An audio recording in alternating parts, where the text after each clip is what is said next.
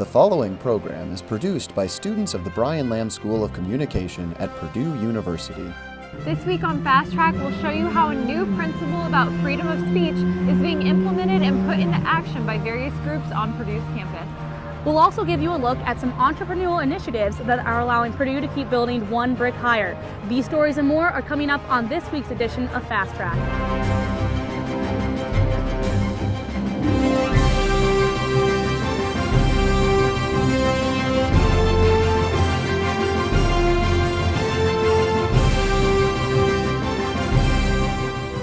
Thank you for tuning in to Fast Track. I'm Taylor Briscoe. And I'm Liz Van Ostenburg. During Mitch Daniels' term as president of the university, he has taken some major steps in an effort to improve the quality of education and overall experience for students at Purdue University.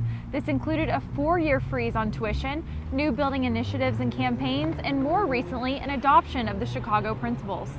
These free speech principles were first approved by the University of Chicago, and Purdue was the first public university to put them into action. The idea is to give students the ability to speak freely no matter how unwelcome, disagreeable, or even deeply offensive the language is. The policy at Purdue states that members of the university are free to criticize speakers, but they may not obstruct or otherwise interfere with the freedom of others to express views they reject or even loathe. This semester, Purdue has seen major feedback from the initiative in the form of protests being held on campus surrounding various topics. One such protest was in response to remarks made by President Daniels about the scandals at Yale and Mizzou.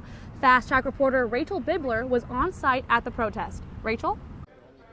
In response to the letter that Mitch Daniels sent out to campus this week in regards to Mizzou and Yale's outrages on campus, students are gathered around in front of Class of 50 to express their freedom of speech about these topics.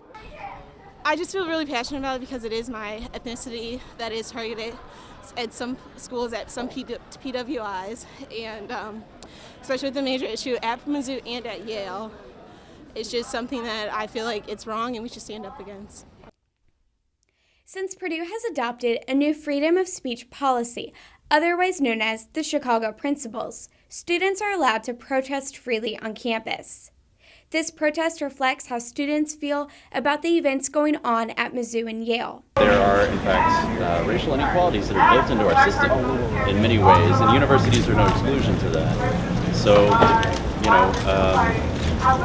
it's kind of hypocritical for me to teach about that kind of thing and talk about that thing and not take part in trying to make it better or find some kind of solution to it. Jonathan Jones, a sophomore in pharmacy, says that he hopes that this protest will spark a change in the administration's efforts to bring more diversity to Purdue's campus. There's a lot of good points being brought up.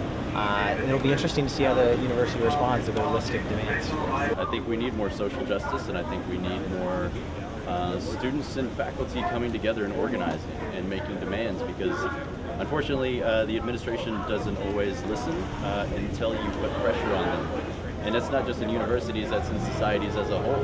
This protest reflects the feelings that the students have about the events going on at Mizzou and Yale. This shows how one person's actions on social media can inspire a social movement. Reporting for Fast Track, I'm Rachel Bibler. Thanks, Rachel. Racial diversity is one of the many hot topics on college campuses. Every week, students on campus might have also witnessed a group on the engineering mall, making their voices heard. The rallies have since been shut down after enough students were offended and scared by harsh language being used and signed a petition to have them removed. Our very own Liz Van Ostenburg was at the religious rallies to give us more information. Once a week while students are walking to class, they see some controversial protesters who are angering many students at the engineering mall. Whether you are someone who walks past these protesters, stands and watches, or argues, mostly everyone on Purdue's campus has witnessed Brother Jed and his followers. If I don't have homework, I'm out here occasionally. I think I've been out here like 4 times. I've tried to sit down with some of the people out here, the brothers or so.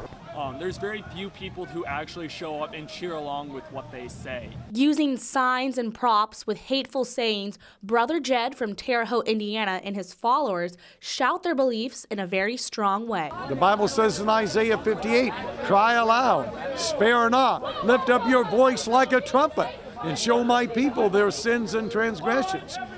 We just preach what the gospel says.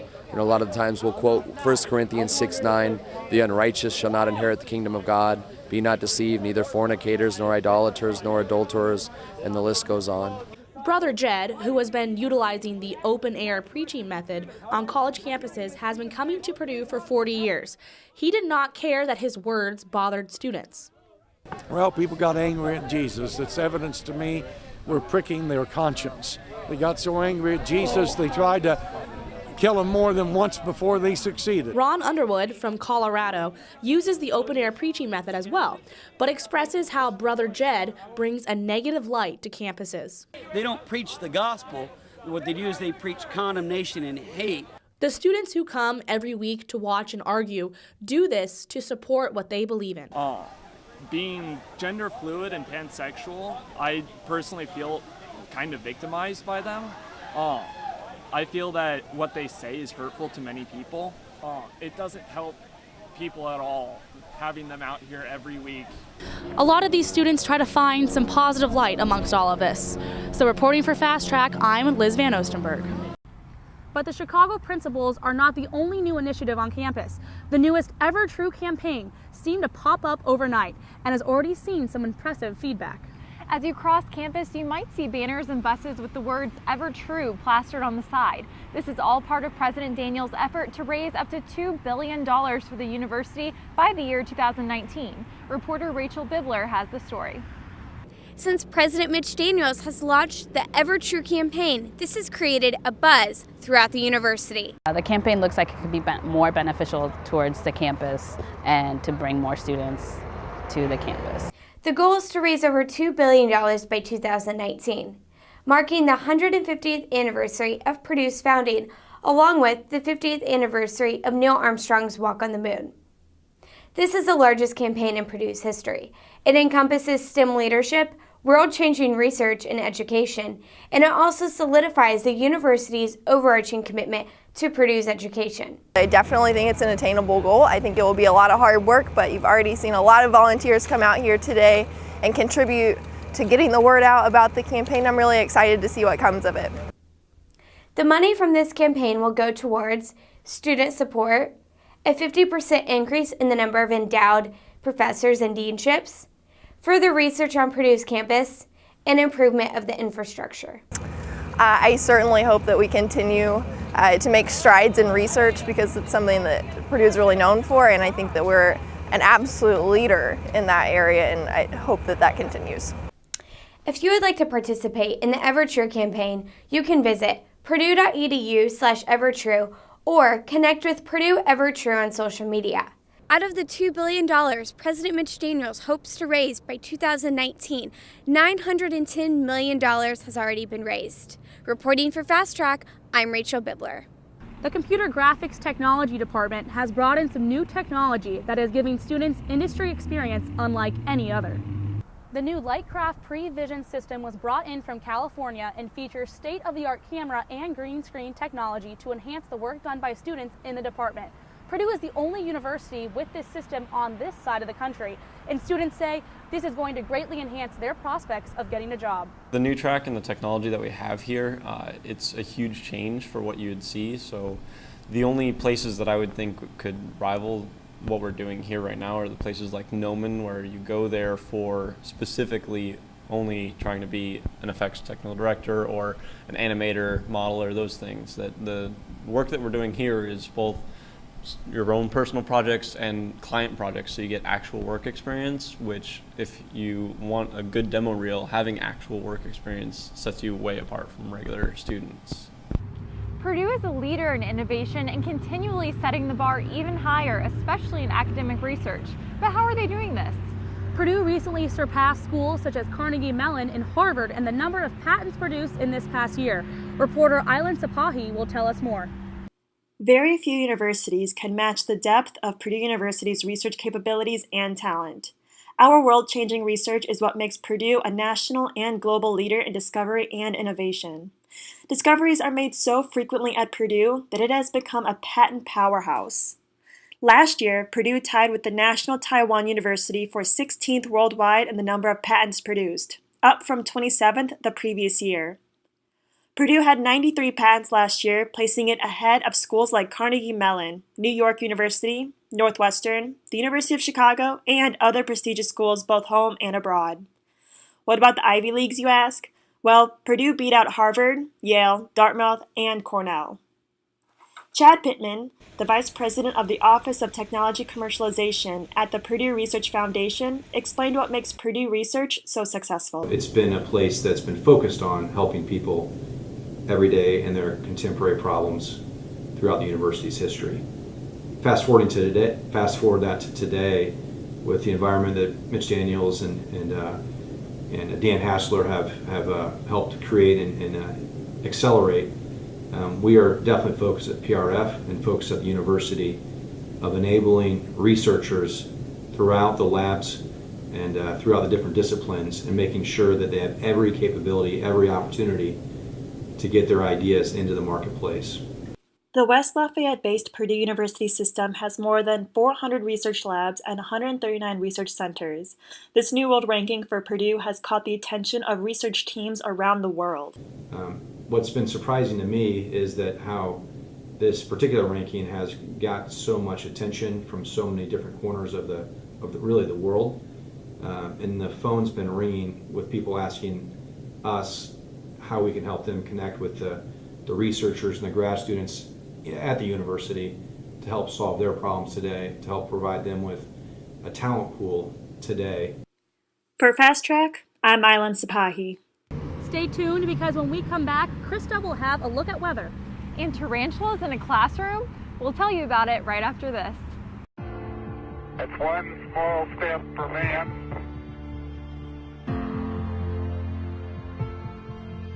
one giant leap for mankind.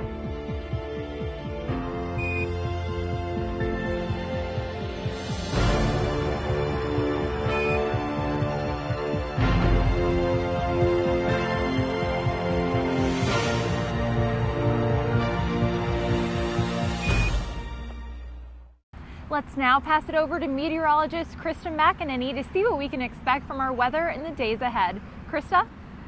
Well, thank you, Taylor. We do want to start off with some viewer photos today. We had a lot of fog earlier this week. We can actually still see that here in the background of this photo. Luckily, it did clear up. We had lots of sunshine midweek as well. We still have some trees that are just trying to hang on to their leaves there, but mostly they have already fallen. It is the beginning of December. Another beautiful, lots of sunshine, partly cloudy, but still plenty of sunshine. We did see a lot of that, and it really helped to keep temperatures warming up. They're going to continue to warm up over the next few days as well, and we are talking nearing record high temperatures. But we also do have a rainy weekend ahead. Tonight we do have rain chances in the forecast.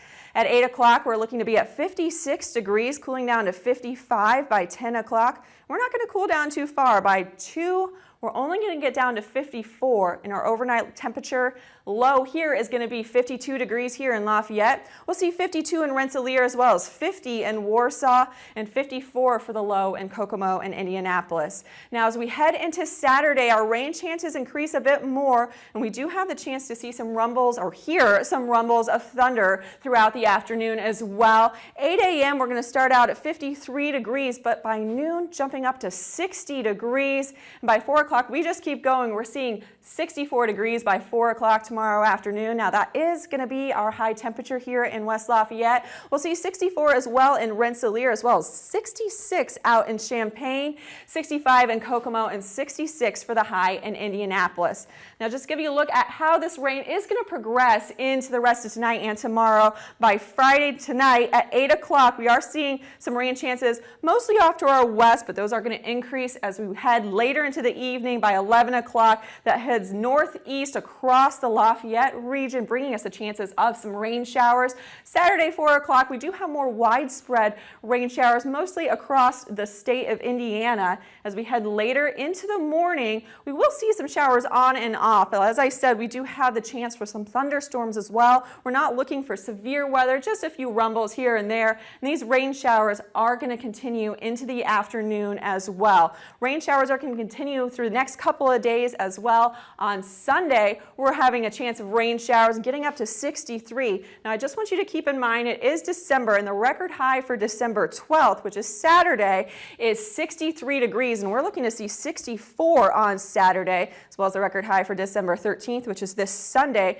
is 62 degrees, and that was set back in 1952, and we are looking to see 63 on Sunday. Monday still have the chances of rain showers. The best chance of rain showers on Monday are going to be in the morning, and they'll taper off into the afternoon, cooling down to 52 as that cold front passes Sunday into Monday. Tuesday, though, plenty of sunshine, getting up to 50 degrees, and Wednesday we will still have the slight chance of showers, a high of 42 on Wednesday, and Thursday partly cloudy skies with a high of 37. By Friday, much cooler than we were just a few days before. We're going to be mostly sunny on Friday with a high of 36. So these next couple of days are going to be a really good time to take advantage of the warmer weather if you can find a break in the rain.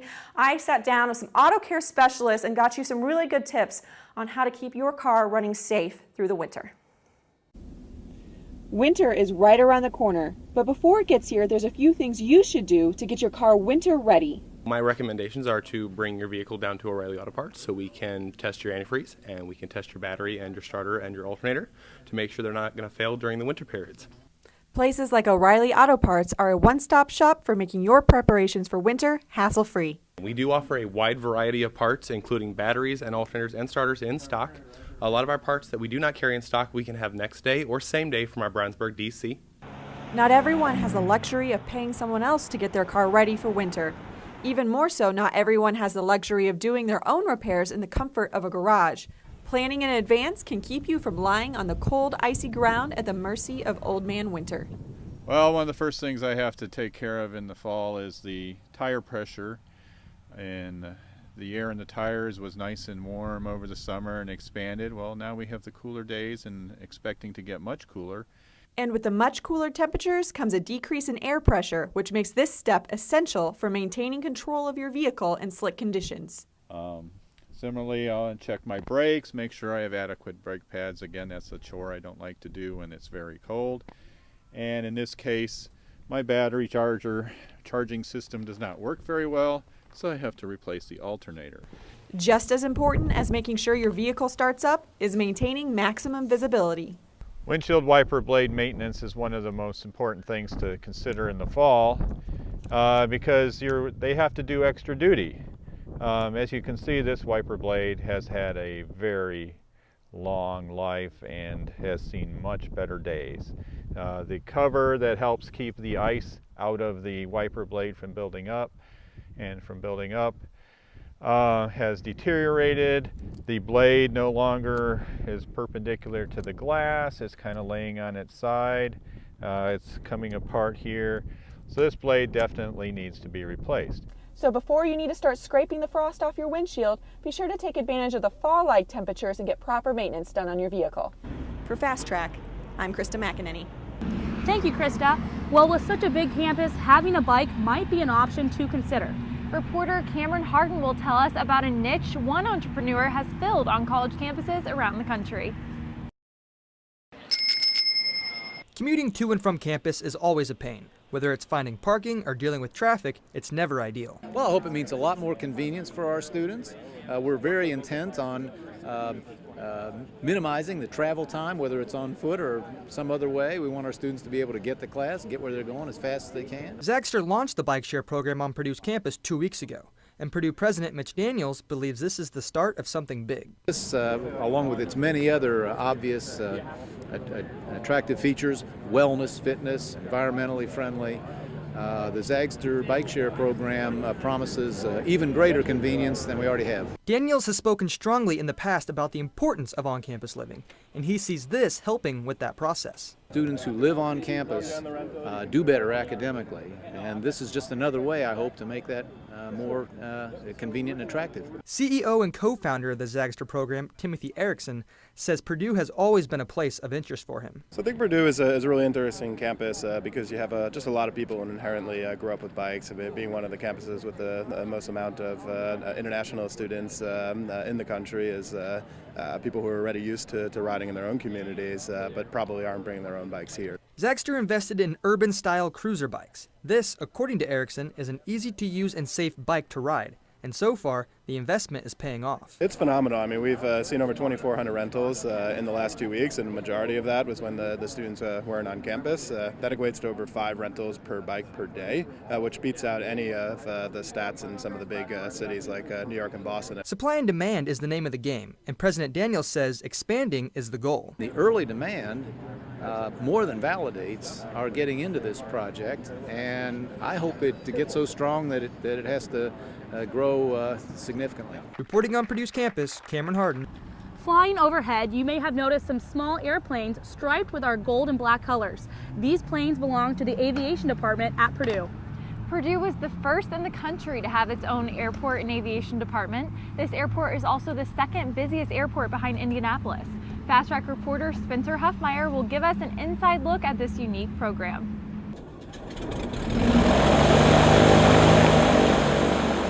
The flight program at Purdue boasts some of the best in the business. The school has a large university feel with a technical college skill set. Purdue wastes no time in getting its students off the ground and into the air, flying the single-engine planes students are so used to seeing circling the campus. With the hands-on learning atmosphere, the flight program at Purdue is unique in its lessons and in-air flight time experiences. So Purdue is a little unique in that it has a very robust curriculum in terms of that. First semester, freshman year, that very first fall, you're getting your private pilot's license, and then from there, the next 3 semesters, you're working to get your instrument rating and then your commercial license. So basically, you're able to fly people, and you're able to fly people in the clouds. So by the end of your first 2 years, you have those 3 major certificates and ratings, which are usually take a lot longer for people to get, but just because of the, like I said, the robust nature of our curriculum and how much we fly every semester. We get both those done the first 2 years, and then junior year, we get our multi-engine rating. So 2 engines instead of 1, and then from there we go to this guy, the jet program, and then finally our regional jet simulator is where we finish. So we do simulator course and then flying in the actual jet airplane for a semester, and that's something that not many universities offer in their flight program, is that turbine time. Senior Sebastian Andrade, now a flight instructor, is responsible for training the incoming freshmen and showing them the ropes of how to get their plane in the air. First couple times it's a little scary. You know, they tell you that your student will try to kill you, but it's fun overall. It's a good time. Like I said, it really helps you master the airplane and your communication skills. The flight students have the option to instruct once they are certified, which helps them gain hours which are required by major airlines. Now you know, the guys behind the controls are just students. Their classroom is just a little cooler than ours. Yeah, I actually used to be one of those students to look up and be like, man, I wonder who's flying those planes. But then I entered the flight program, and they teach you everything really well, really fast. And within a couple months of joining the program, you're up there flying Cirrus by yourself. So next time you're on campus and you see a Cirrus SR-20 fly overhead, you might as well wave, because it's probably a fellow Boilermaker earning their hours for the flight program. For Fast Track, this is Spencer Huffmeyer. Smith Hall Room 124 might seem like a normal classroom, but it is far from it. The entomology department has set up an interactive learning center that is unique from any other on campus. Our own Taylor Briscoe will show us what lurks in the room entomology students know so well.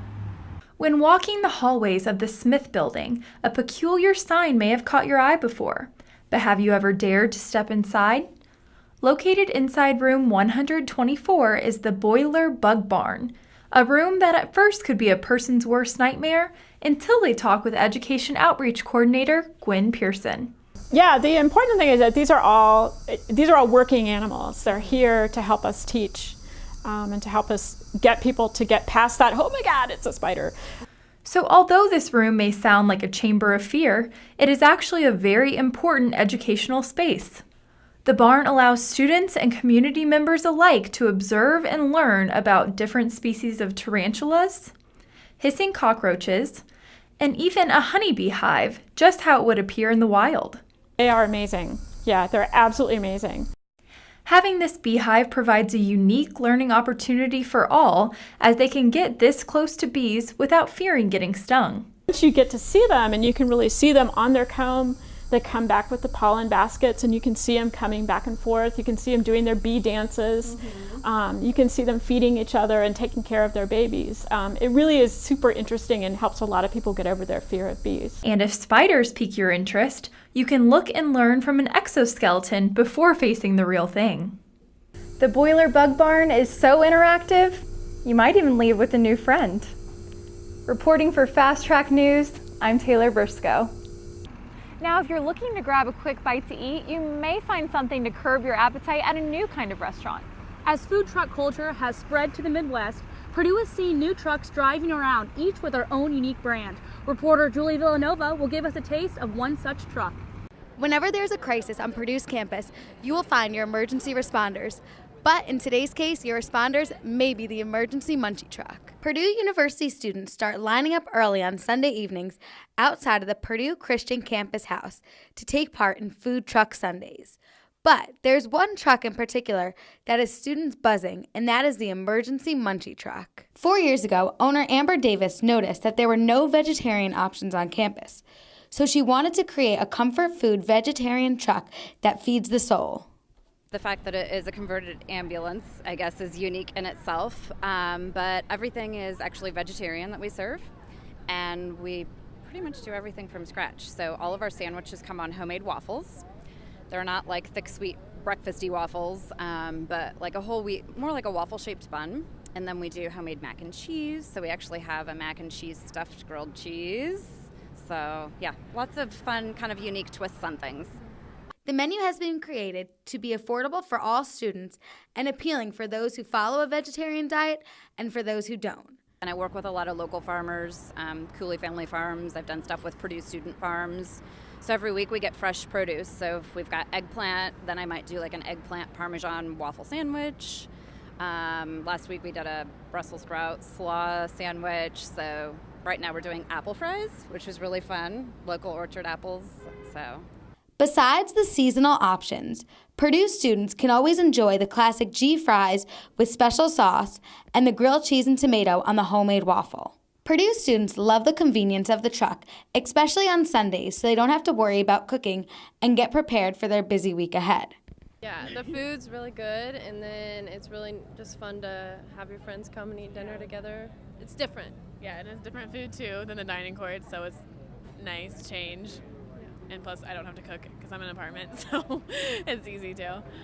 EMT is always on the move, so chase them down by following them on Facebook and Twitter to see where you can find them next. Treating your hunger with a fresh dose of comfort food?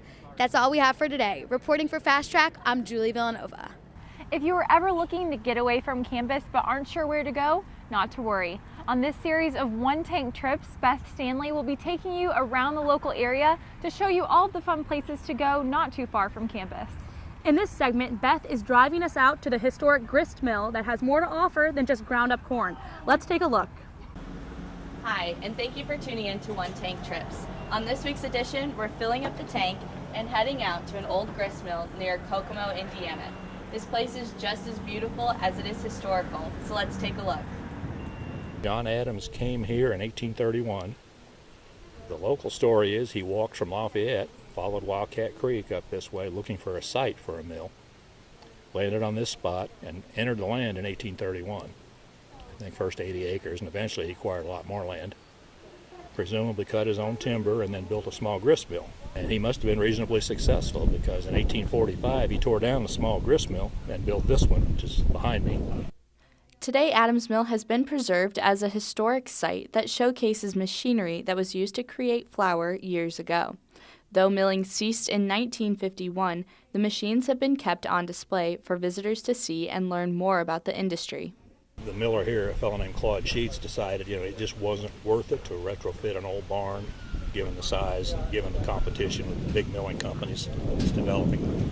So he just decided to open a museum, called it a Museum of Rural Americana.